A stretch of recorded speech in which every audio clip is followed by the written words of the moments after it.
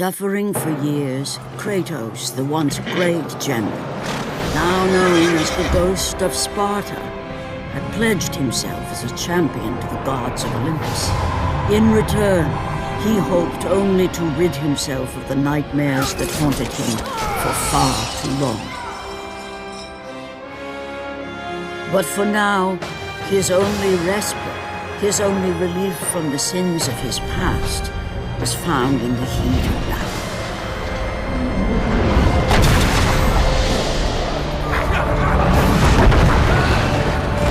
And on this day, Kratos had been called upon by the gods to confront an unthinkable evil, unleashed on the city of Attica by the invading Persian army.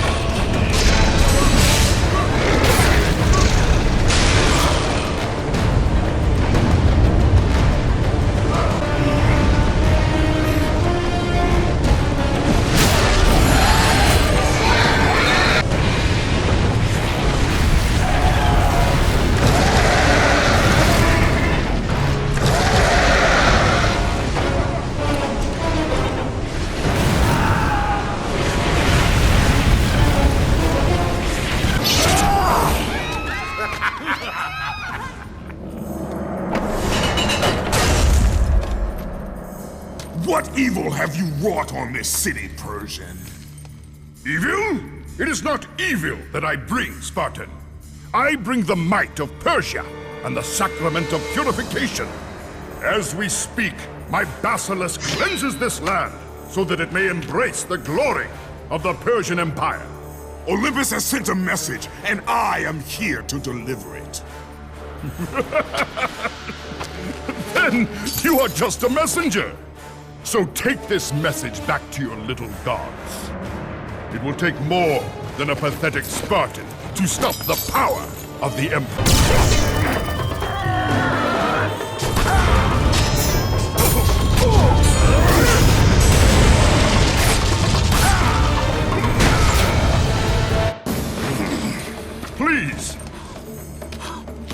Please, spare my life, and I will give you all that you ask. You have nothing I want, Persian. Take my kingdom, my women, my gold. I won't take your riches, but I will take your life.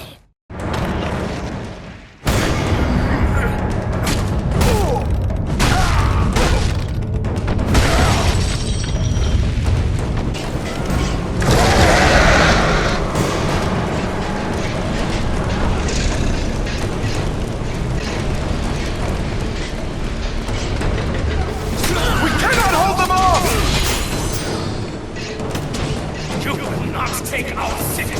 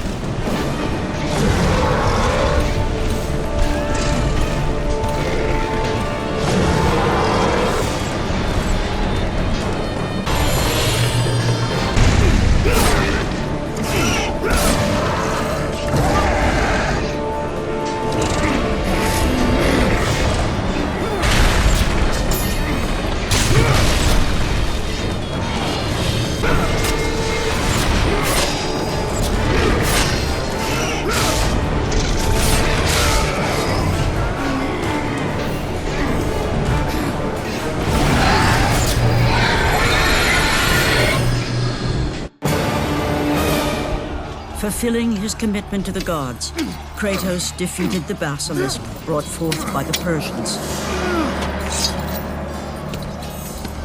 But this small victory would not satisfy the man who had come to be known as the Ghost of Sparta. Is this all you would have me do? Is there nothing else?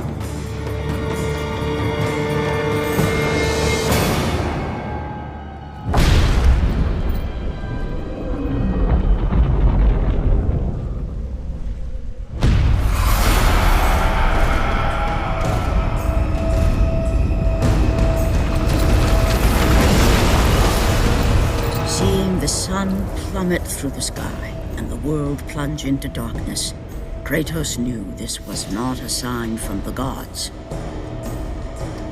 What treachery is this?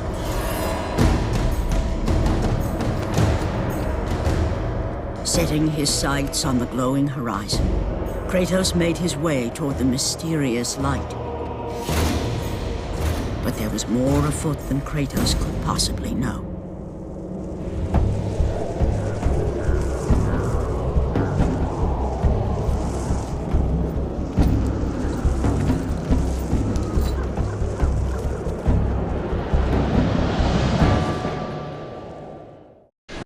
In the darkness, Morpheus, the god of dreams, awakened to a world where he and only he wielded power. The power of Morpheus affected even Kratos, as he was haunted by a strange melody.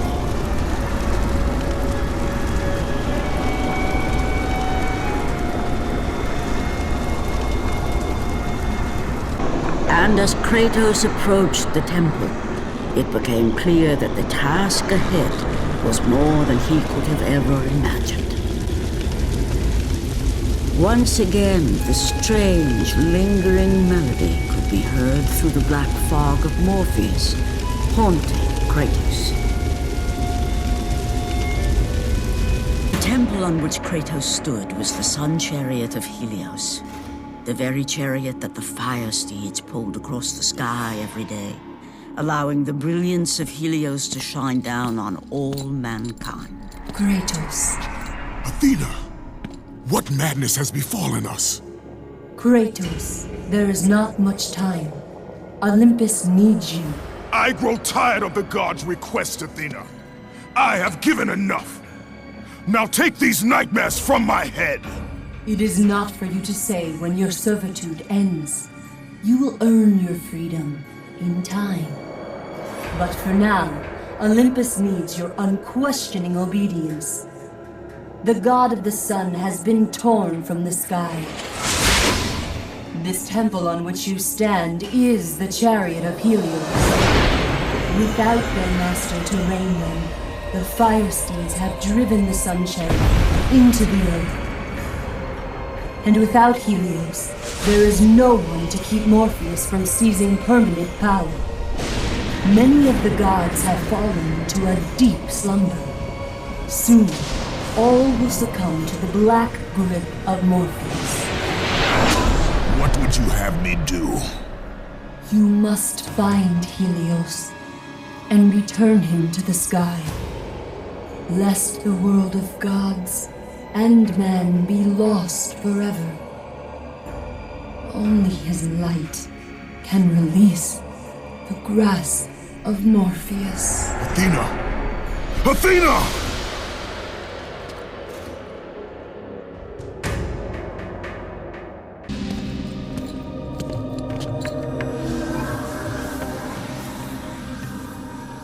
I am grateful you have come, Ghost of Sparta. The Titan Atlas has been freed from the pits of Tartarus and has taken my brother Helios from his rightful place in the sky. What does Atlas want with the sun god? Helios holds within him the power of the sun, a power so great it can destroy the world. It cannot be trusted in the hands of a Titan. Please, take the sun shield from his throne, walk through the gates of Olympus, and you will find me. Hurry, Kratos. Even now, my brother suffers at the hand of Atlas. As Kratos stepped out into the eternal night, Much had changed outside the temple.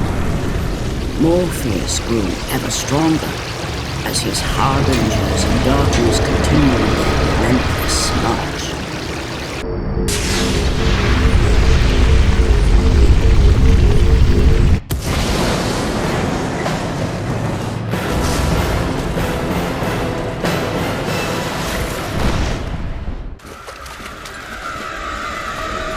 As Kratos entered the cave, Eos, goddess of dawn and sister to Helios, sat above him, visibly weakened by the absence of the sun. All glory be to Lord Zeus for granting you safe passage to me.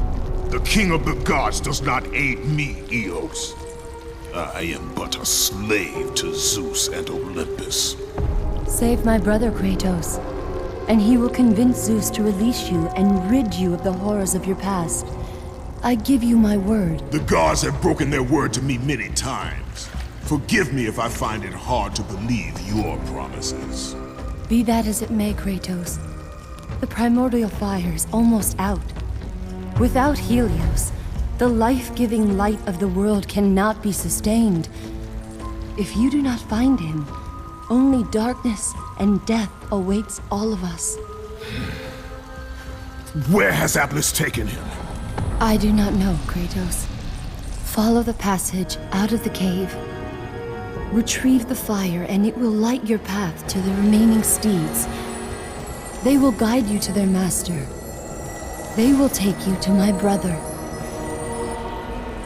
May you go with the speed of Hermes, Ghost of Sparta. And again, the melody returned, and it almost seemed familiar.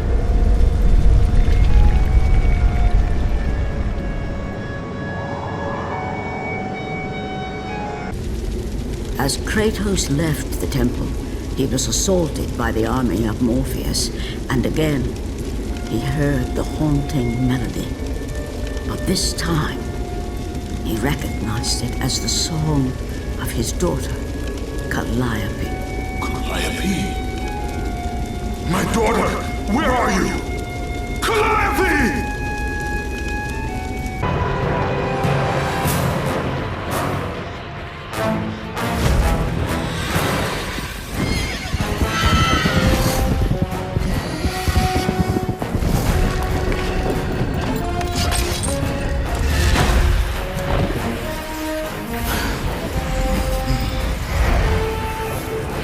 With the release of the fire steeds, Kratos was now in the hands of the beasts.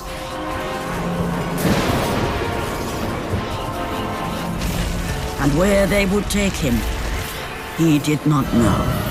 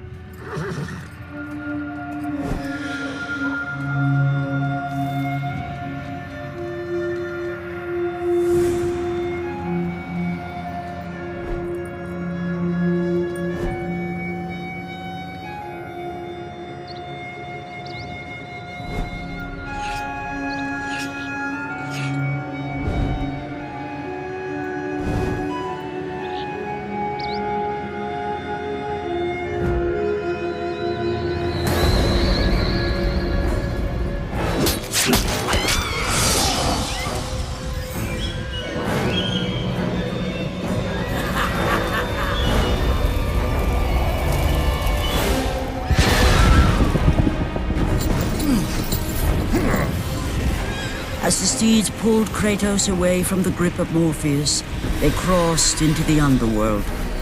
But in the land of the dead, they could go no further, for these beings of light were not welcome in Hades.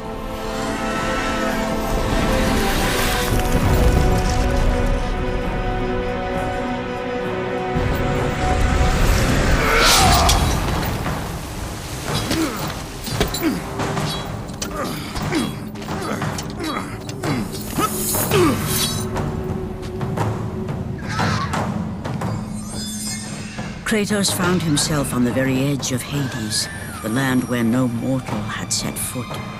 Here, where the souls of the dead walk their fated path. Kratos knew that for him, this was merely the beginning.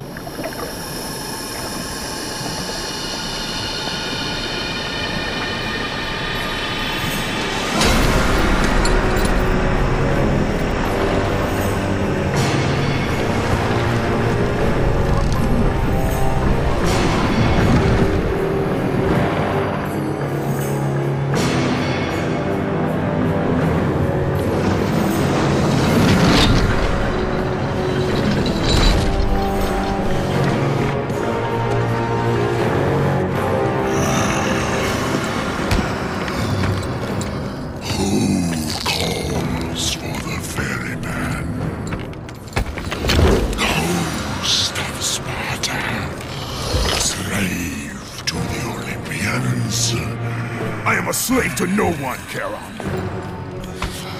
We share a common fate, Kratos.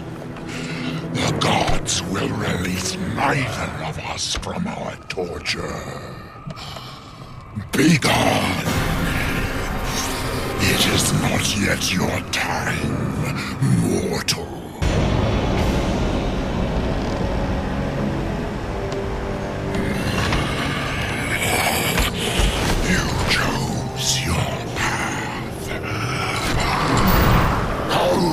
Of Sparta!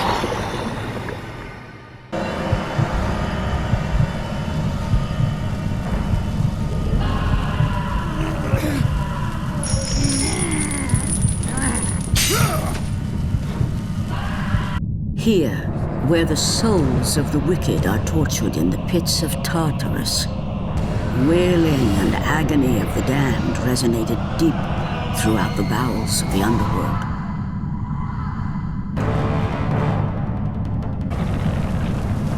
Kratos saw before him the remnants of the old rulers of Earth, the mighty Titans. Defeated by the gods and enchained in the depths of Tartarus, they suffered their unjust penance. And for their torment, it was well known that these immortal beings hated the Olympians with immeasurable fury. By the hands of Zeus, the Titans had been bound and shackled in their torment for 1,000 years, with no hope of escape. Now the chains that once held the Titan Atlas lay broken, and only one question plagued the thoughts of Kratos. Who will release such evil?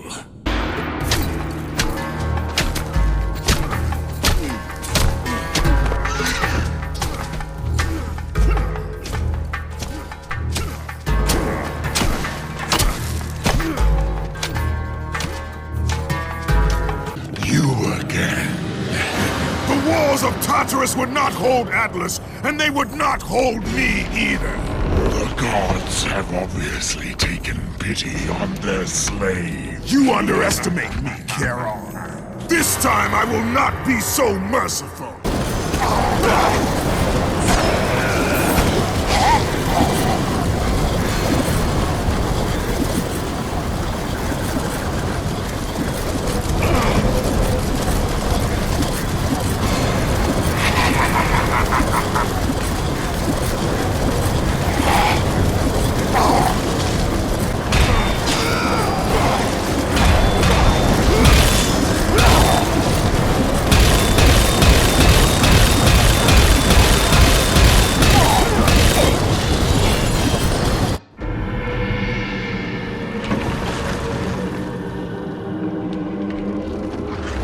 Having defeated Charon, Kratos journeyed deeper into Hades and closer to his goal.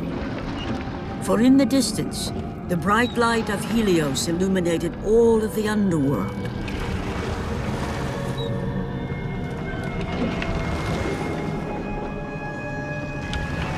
But something on the shore caught his attention. And to Kratos, it almost seemed an apparition. Calliope!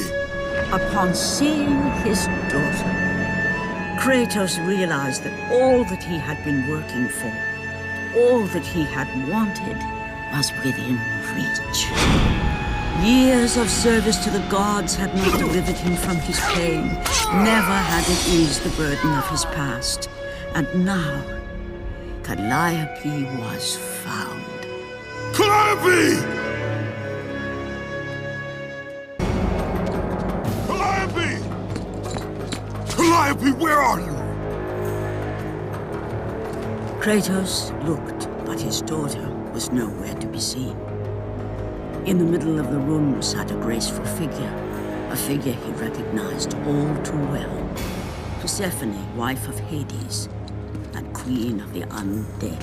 Where is my daughter, witch? Choose your words carefully, Ghost of Sparta.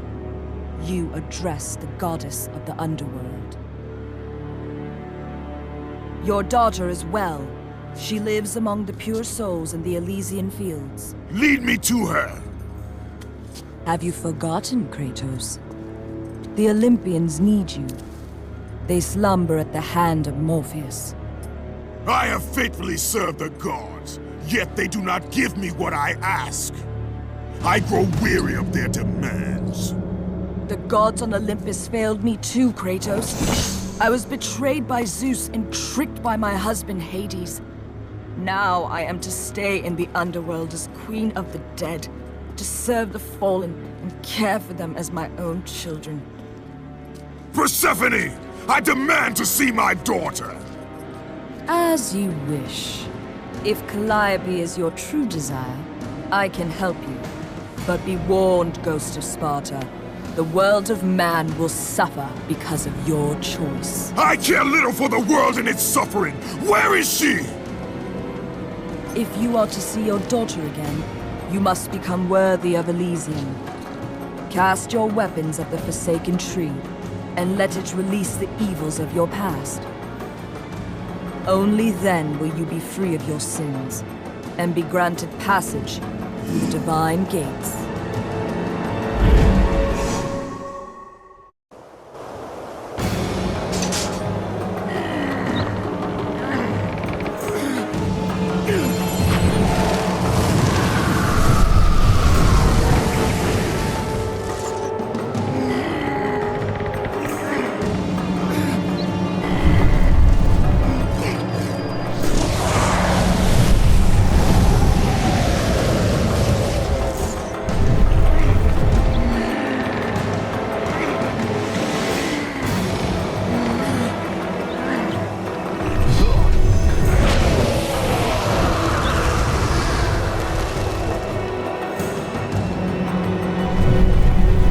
You have done well, Kratos. Walk through the portal and find the one you seek.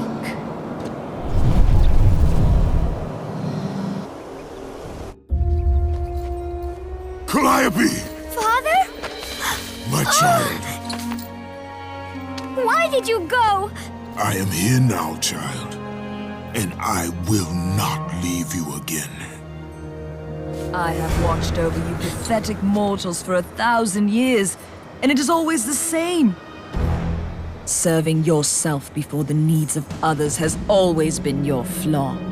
But no matter.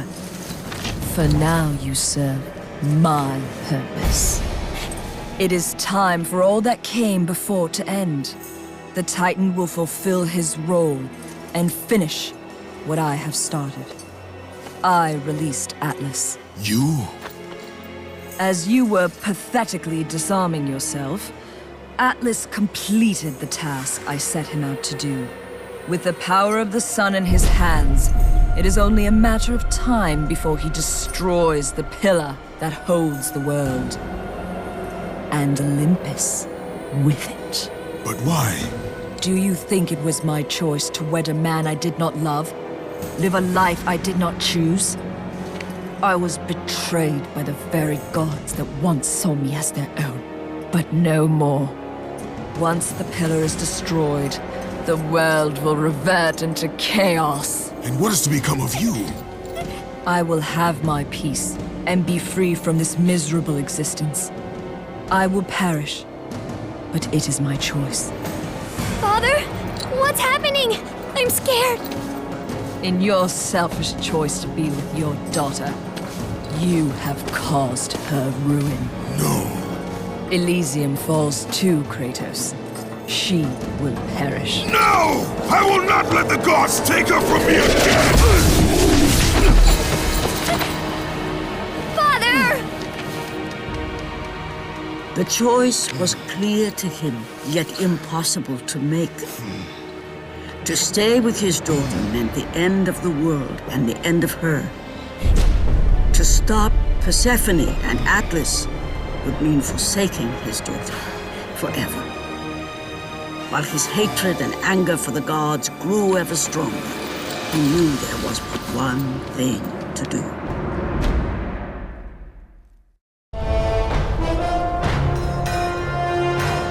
Father, please!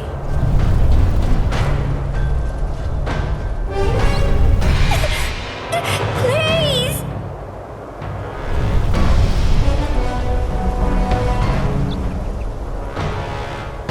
Father! Father, no!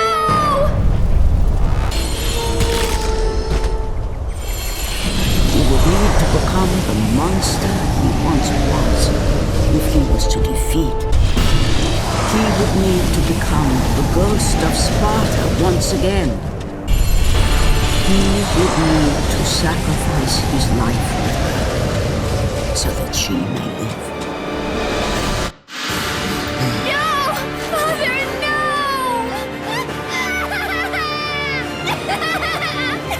At that moment, Kratos knew his destiny was not with Calliope. The fates were never that kind.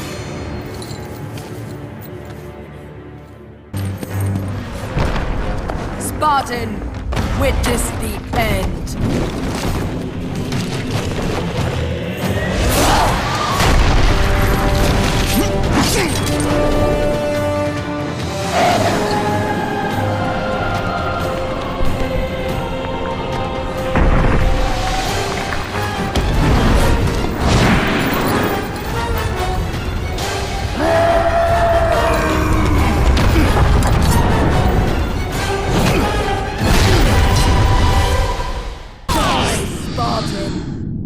Go to her. Be with her. Leave this world behind. Atlas!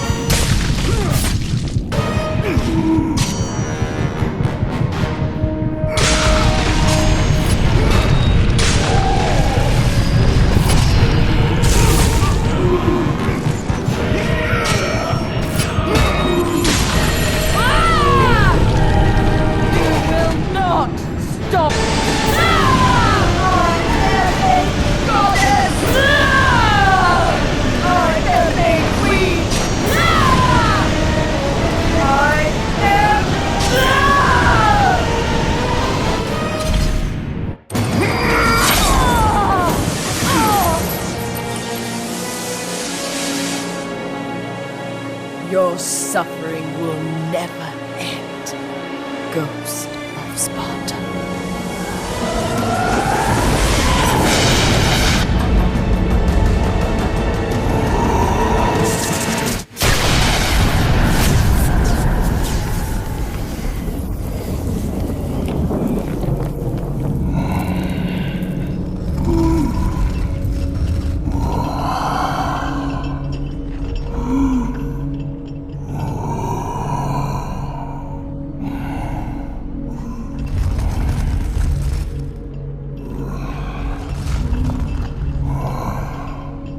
Perhaps you believe the Olympians will help you.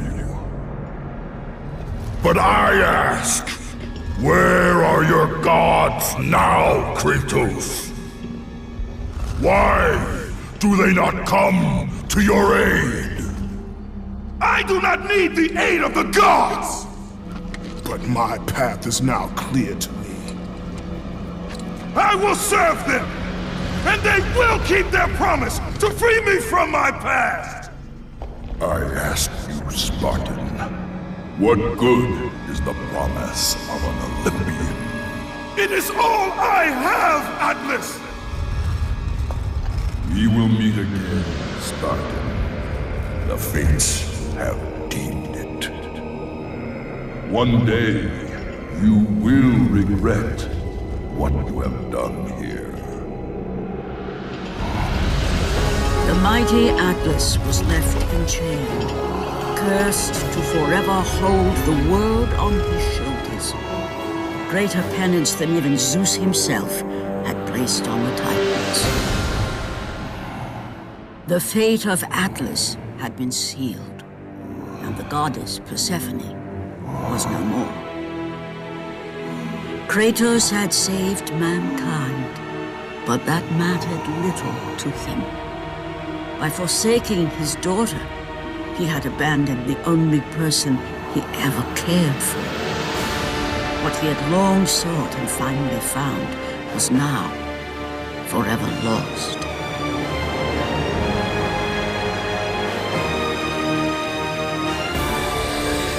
As the sun chariot rose higher in the sky, and the might of Helios shone once again on the world, Morpheus retreated to the shadows. Kratos gained little satisfaction from his victory. With years of servitude in front of him, he would need to confront his past and fight to reclaim the humanity he lost on the day his dark legend was born.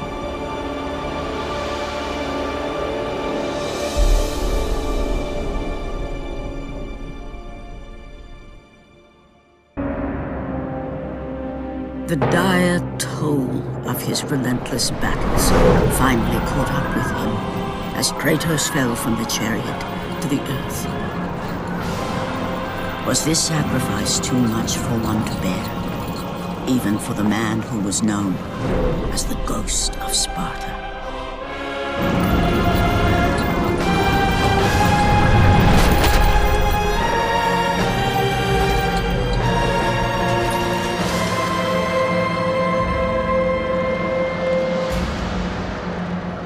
He has again served us well, Athena. He is a remarkable mortal. He is weak. Shall we help him? He'll live. They must.